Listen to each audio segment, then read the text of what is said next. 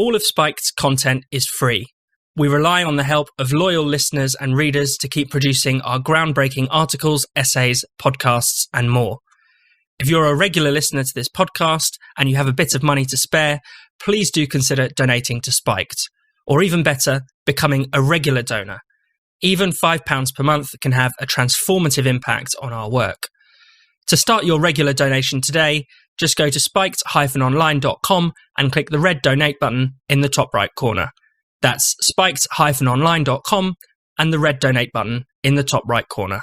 Now, onto the Spiked podcast. Hello and welcome to the Spiked podcast. I'm Fraser Myers, and joining me this week, as ever, we have Spiked's deputy editor, Tom Slater. Hello. And Spiked columnist, Ella Whelan. Hi. Today, we'll be discussing the presidency of Joe Biden.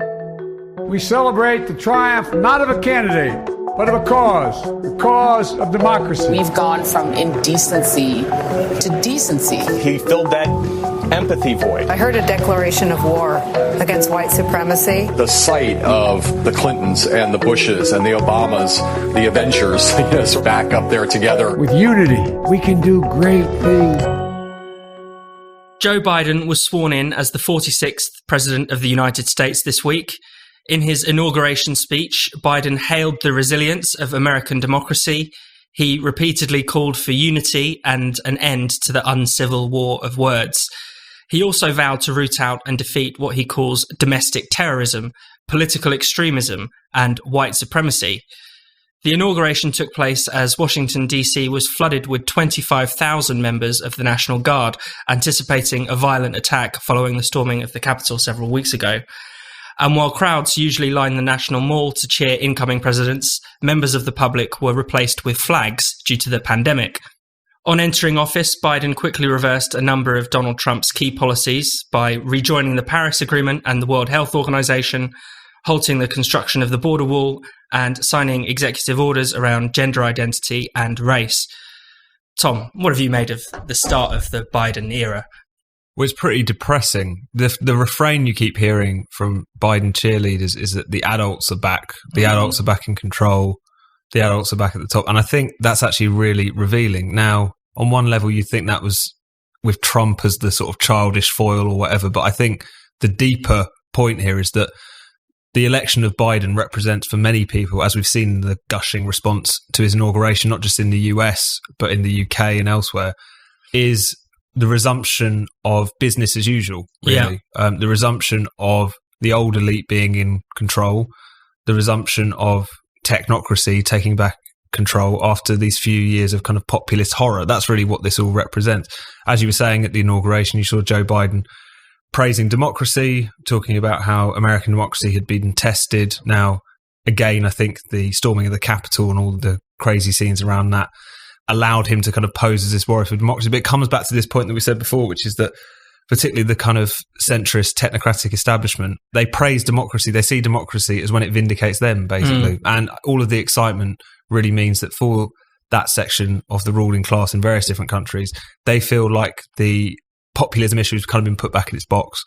And that's something which is particularly alarming. I think it's interesting as well how you have this supposed return to normalcy, whilst you also have a clear acceleration of a lot of the very abnormal woke politics that we've seen as well. So in some of his first actions in office, you see this flurry of announcements and executive orders, some of which you just mentioned, effectively allowing, say, boys who identify as girls in schools to use the girls' changing rooms, revoking Trump's executive order, getting rid of critical race theory classes and training sessions in the federal bureaucracy. And I think this is a pretty good riposte to all of those kind of anti-woke liberals who backed Joe Biden so emphatically because they said he's not particularly woke, if anything is going to bring the country together. I don't know how they feel about that position now, but it's quite clear, as we were saying for a long time, that because Joe Biden is such an empty vessel, and he's also someone who was quite willing to jump on any moral panic going over the course of his career, he is really going to embrace this woke politics stuff because it has become, broadly speaking, not just a ruling class ideology, but also the ideology of the progressive left, who are also a section he wants to ingratiate himself with. So on the one hand, you have this alleged return to normal and the depressing prospect that means, which basically means, look, we're back in charge now. Yeah. democracy and changing society more radically is kind of off the table. But at the same time, it's accelerating this very abnormal thing in the kind of body politic of the US, which is this divisive woke politics, which so many people said Biden would actually halt, but quite clearly, as many of us at Spike predicted, he was only really going to accelerate that. Yeah, in terms of, this whole adults in the room idea, let's not forget that this is the same class of people whose governance and ideas gave us the financial crash, the deadly invasion of Iraq, the many other disasters in the Middle East and North Africa, the mass incarceration of Black Americans, the opioid crisis. And, what's interesting is that not only does Joe Biden personally have his fingerprints all over a lot of these disasters, but these, really quite terrible things never seem to dispel a lot of people's belief in the wisdom and the competence of the technocrats, and so they still get labelled as the adults. And maybe this kind of these kinds of disasters will carry on going forward. I mean, it's interesting that Trump's presidency obviously ended in complete disaster with COVID, but that's a natural disaster that all Western states have struggled to cope with, including those run by bloodless technocrats like Angela Merkel is a very similar kind of politician to Joe Biden. So it's a restoration of the old order, and there's a reason people voted for someone like Trump, and it was to get rid of that old order. So, going forward, what happens next? I don't know. Ella? I think there's so much bad faith around the Biden administration and fans of Biden, because you just feel like everyone is willfully pretending to be excited about this guy. And there's been an attempt to kind of conjure up the same kind of excitement that was around Obama's inauguration, both inaugurations actually, that there's this kind of new dawn for America, and he tried to capture that in his speech as well. But, I mean, and everyone knows that even the most sort of devoted of Biden's fans and the Democrats' supporters know his political history, as you've just mentioned, Fraser, are aware of the fact that, as we've said many times on this podcast, just a year ago or more, when it came to the kind of primaries, he was suffering from a huge amount of criticism, not just based on his record in relation to race relations, but also allegations around the creepy Joe Biden and more serious allegations of abuse. And all of that has just been swept under the carpet in this kind of exercise in bad faith. And the most bad faith part about it is the whole question of impeachment. So this just basically, it smells like bullshit, Biden talking about unity and the desire to come together, and, the kind of theme of the events around the inauguration were all about people saying we need to calm down and come together. And yet the Democrats are still supporting this, really at this point, just quite vindictive, vengeful attempt to kind of rub salt in the wounds of Trump supporters by going after the process of impeachment. Biden hasn't said anything, official about, I don't think this should be happening, or why don't you guys just give it a rest? And so the whole idea of unity is a farce. I mean, one of the best examples of that is, as Tom's already mentioned, in his executive orders, this whole question of the issue of trans individuals being able to use toilets or go and do sports or wherever it is. That's a perfect example of how out the one side of his mouth, Biden and the Democrats talk about unity, and out the other side, what they're doing is playing into the divisiveness of identity politics. So any idiot knows that the question over women-only spaces or gender-only spaces or gender division in sports is incredibly complicated, it's incredibly toxic, and is not going to be solved by someone doing something as showy as signing an executive order on it. And so it's really depressing, because you've got this hawkish, well-heeled political operator who has, as we've talked about, a dodgy political history, who has been given the sheen and the gloss by, essentially, I think at this point, kind of lying, desperate Democrats to make out that he's a kind of person who's going to provide a new America, a new progressive America. And I'm worried about the outcome, because the whole idea of unity, if you keep lying to people and say that you're going for unity and then just deepening the divide, I mean, that's what happened with the division in America we've got at the moment. People keep forgetting that Trump got a huge amount of votes, an increase in his vote share. So the idea of just kind of lying to people about unity is going to make everything okay is a nonsense. I know we're living under lockdown for the foreseeable future, but that's no reason not to take care of yourself and to stay looking your best, at least from the shoulders upwards. If you haven't already, you need to start shaving with Harry's. The smoothness and the comfort of their blades is really second to none. When you shave with Harry's, you'll not only look fresh, but feel fresh too. To ensure the best quality products, Harry's has bought its own factory in Germany that's been making blades for over 100 years. The factory team has more than 600 engineers, designers, craftsmen and chemists who make Harry's products from the finest materials and ingredients. All of this ensures a quality shave at a fair price. When you sign up to Harry's, you'll get everything you need for a close, comfortable shave. The razor has a weighted, ergonomic handle and 5 precision engineered blades with a lubricating strip and a trimmer blade. You also get a rich lathering shave gel and a travel blade cover. So, get started shaving with Harry's today by claiming your trial set for just £4.95. Support the Spiked podcast and get your trial set delivered to you, including a razor handle, 5-blade cartridge, foaming shave gel and travel blade cover by going to harrys.com/spiked right now. That's harrys.com/spiked.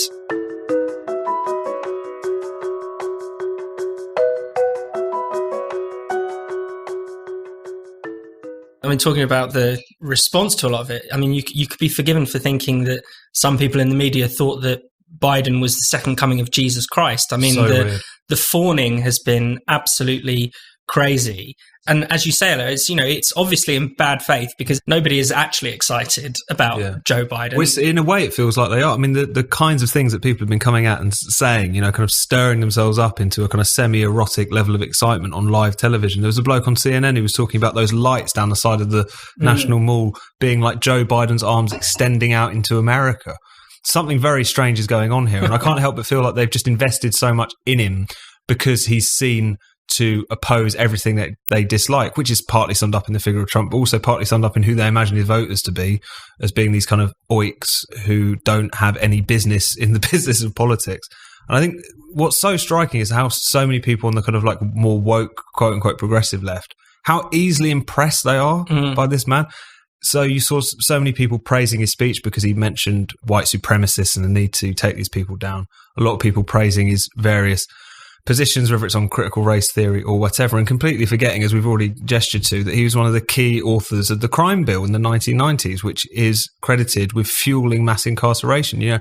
This was something that a lot of people used to talk about as, in Michelle Alexander's phrase in her book, the new Jim Crow 10 years ago, which is not necessarily a perfectly useful way to think about that issue, but nevertheless, now they don't care because he's mouthing the right platitudes.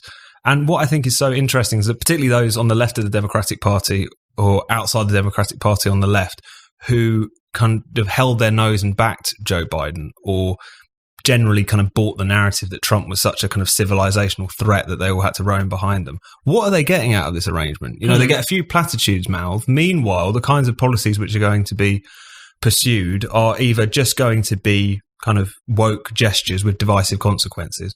Or if you look at some of the foreign policy stuff, which again you mentioned briefly earlier, it's going to be really, really horrifying. You look at all of his foreign policy picks and they are this kind of selection of kind of beltway foreign policy swamp hawk people from the previous Democratic administrations. Tony Blinken, who's his pick for Secretary of State.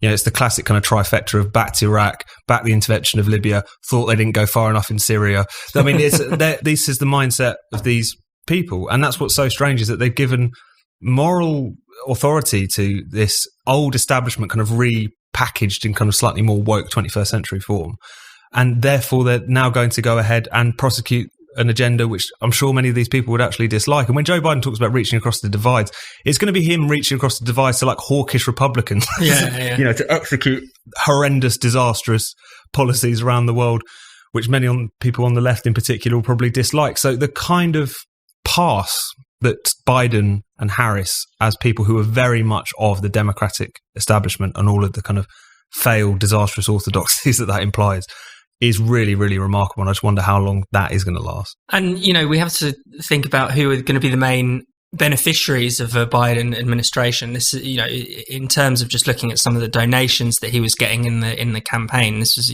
record donations from Silicon Valley in particular. And, we've talked a lot about big tech on this podcast in the past few weeks and how, their banning of Trump really marked the ascendancy of their power to almost, kind of nation state level. Almost, they're more powerful than some nation states, certainly. And Biden's campaign was sustained with huge donations from big tech people. You know, you have people like LinkedIn's founder, Reid Hoffman, venture capitalist Ron Conway. The former Google CEO, Eric Schmidt, is a Democratic fundraiser. His transition team had, you know, top people from Facebook, from Apple, people from Amazon, Airbnb, Uber and Lyft. Big tech is now the dominant wing of the capitalist class.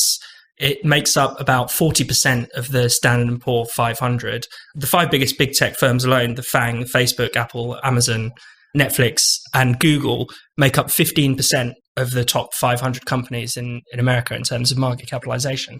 And now they have a new administration that is very much on their side, that not only is likely to be on their side in kind of business terms, but also they share a very clear ideological outlook. And, you know, that is quite a frightening prospect. There's almost a kind of monoculture now. I mean, at least Trump, for all his faults, was a kind of break on the kind of dominance of the woke worldview. But now it's pretty much taken over in both corporates and in the state. Ella? Not to spend too much time on the kind of the shallow nature of some of this, but I think it's worth just looking at the inauguration for a bit. Celebrity and the kind of performance has been involved in American inaugurations for years and years and years, and galas and things like that, and the glitz and glamour of it. But there was just something in particular about the Biden inauguration that struck me as quite telling, because they had this, not just a reliance on celebrity, but there was something about the kind of a nod and a wink feel of it, which added into what you've just been talking about, Fraser, about the kind of the coziness of the elitism surrounding the Democrats, that it was kind of like it was, you know, they even called the special program that was headed by Tom Hanks afterwards Celebrating America. You know, it felt like Celebrity America. And there was this moment in that people pointed out that they published this inauguration playlist that people were supposed to play in their living rooms when they were watching the show. And, you know, it had a load of people. It had people like Vampire Weekend on it, which I'm 100% sure neither Kamala Harris, even if she does go around wearing chucks and pretending to be cool, or Biden know most of the people on the list. Kamala Harris thinks Tupac is still alive. Probably she didn't invite him, yeah. Maybe she knows something we don't, but he's been in Hawaii with Hitler this whole time. They had a track by MF Doom, who died over New Year's Eve, on it, his track Coffin Nails. And lots of fans pointed out, hang on a minute, how dare you put his track on the inauguration playlist for the Democrats? Because under the Obama administration, he wasn't allowed back into the country because he was born in London, but then lived in America, has an American accent, you know, is about as American as the next person, has a wife and kids in America.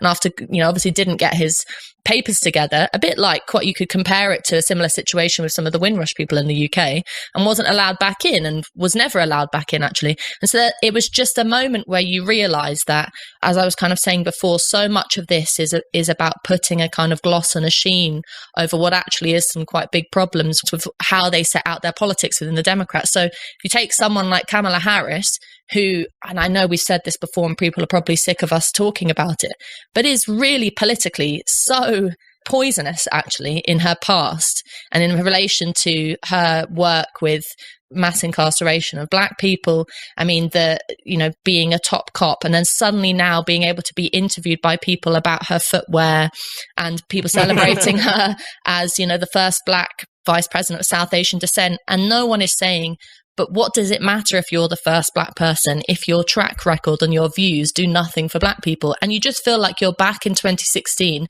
listening to people fawn over the idea of Hillary Clinton being the first female president. And I can't understand why the Democrats haven't learned the lesson. And the thing that's also making me laugh is, on the flip side, you have all of this sort of wokeness going on.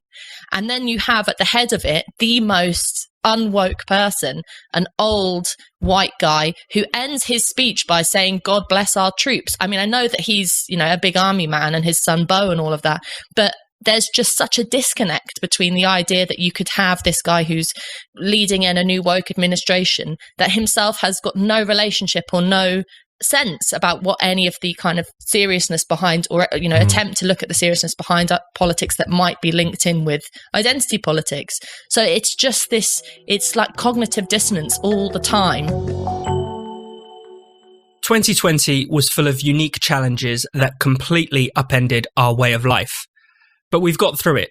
We learnt how to adapt, to make the best of it, and even to improve ourselves for when things go back to normal. We don't know what 2021 will bring, but with the Great Courses Plus, we can make this our year by continuing to learn with purpose. Because when we learn with purpose, we can do better and be better. With the Great Courses Plus, the opportunities to learn are endless. You get unlimited access to stream thousands of video and audio courses from top experts in their fields. For instance, you can learn how to build a better financial plan, control stress and make it work for you, to live sustainably, or even play guitar like a pro. Lately, I've really been enjoying the course Capitalism versus Socialism, Comparing Economic Systems. It's a brilliant and wide-ranging course that brings you up to speed on a range of key economic concepts, such as how we measure the success or failure of an economy. You'll learn about the great giants of economic thought, like Adam Smith, Karl Marx, John Maynard Keynes, and Milton Friedman. And you'll discover the history of capitalism and socialism, how they developed, and what they've meant for people living under those conditions. Whether you want to take a deep dive into a subject or learn a little bit of everything, the Great Courses Plus has something for everyone. I'd also urge you to download the Great Courses Plus app so you can watch or listen to lectures on any device, anytime, anywhere. So, what's your purpose going to be this year? What new things will you learn? Sign up for the Great Courses Plus and find out. Best of all, if you use our special URL, thegreatcoursesplus.com/spiked, you'll get a 14-day trial with unlimited access for free. You don't want to pass this up. So go now to thegreatcoursesplus.com/spiked.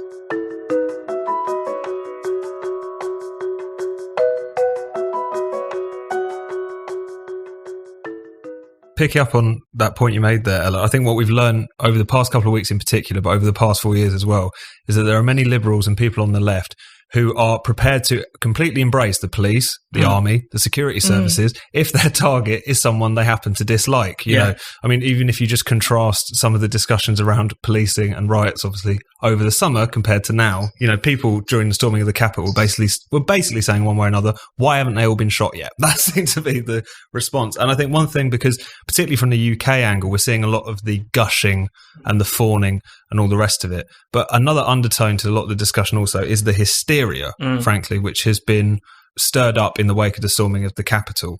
And Joe Biden saying that these people are domestic terrorists and that we need a new law specifically on domestic terrorism.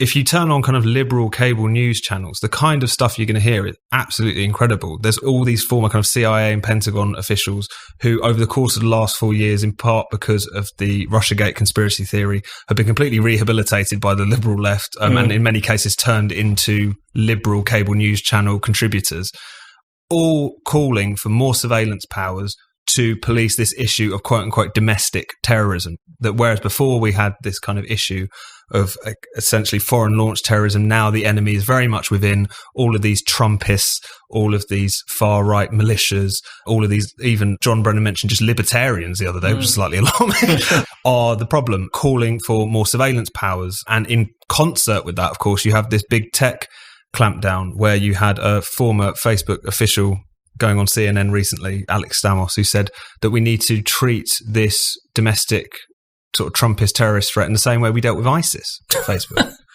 This is really, really alarming. I mean, Glenn Greenwald has referred to it as this is kind of like liberals 9/11. Yeah. And there's a lot in that insofar as one event, serious though it was, nowhere near as serious as 9/11, of course, but in the form of the storming of the Capitol, is being used as a pretext to clamp down on civil liberties and to launch this war on the kind of what is conceived as being the enemy within. And whilst the kind of spectre of the kind of most extreme fringe is held up, that's something which is going to have far-reaching consequences for civil liberties. And it's incredible that more people haven't really picked up on this and how terrifying it is, particularly on this side of the pond, given that all we're getting so far is just gushing in the column inches over Kamala Harris, etc. You know, it's more than fair to use the 9/11 example because liberals themselves have been using it. And Hillary Clinton has called for the establishment of a type of 9/11 commission to root out domestic terrorism. Mehdi Hassan on Al Jazeera said he was more afraid of the Capitol rioters than 9/11, even acknowledging the huge disparity in the death toll. So there is going to be, despite this being a quote-unquote liberal administration, there is going to be a serious ramping up of state power and of the security state. And the ultimate effect on that will be to pretty much silence free speech and dissent. Some unity, that. Hello. It's hard to draw positives out of this because I do think certainly American politics is in a bleak state. But the one thing that provides some scope for a bit of movement, I think, is that I've said that Trumpism isn't defeated and that the whole kind of the issue of the divisiveness of American politics remains. But now the Democrats are in power. They narrowly have the Senate and the House. And so, lots of them are on a high. My American friend, who's a Democrat, said that she woke up and it was like a miracle. So, okay, they've won.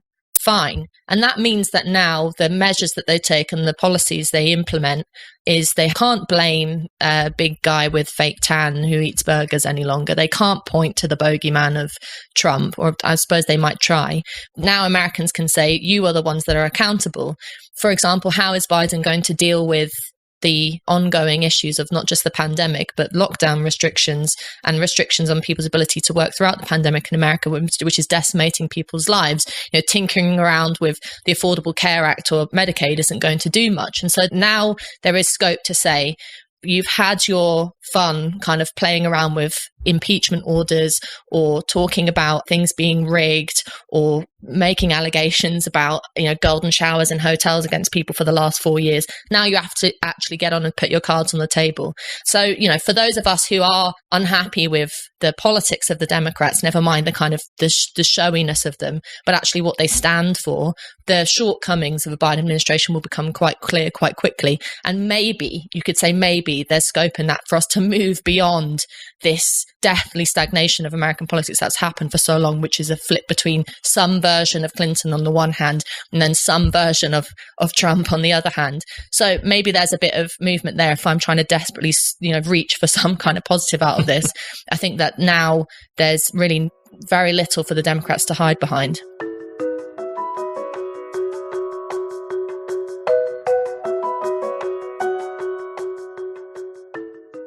Thanks for listening to the Spiked podcast. We'll be back next week. If you enjoyed the show, why not check out some of Spiked's other podcasts in the meantime? We have The Brendan O'Neill Show, in which Spiked's editor talks all about the big ideas, bad ideas, problems and controversies of life in the 21st century, all with the help of an esteemed guest. Then there's Culture Wars, hosted by Spiked columnist, stand-up comic and satirist Andrew Doyle. This monthly podcast is the perfect antidote to the woke idiocy taking over our lives. And last but not least, you should check out Last Orders, a podcast hosted by Tom Slater and Chris Snowden. Last Orders is all about freedom, the nanny state, and censorship. And there's a lot about coronavirus these days too. You can listen to all these shows with your favourite podcast provider, or you can find them on the Spiked website at spiked-online.com. Thanks for listening. See you next week.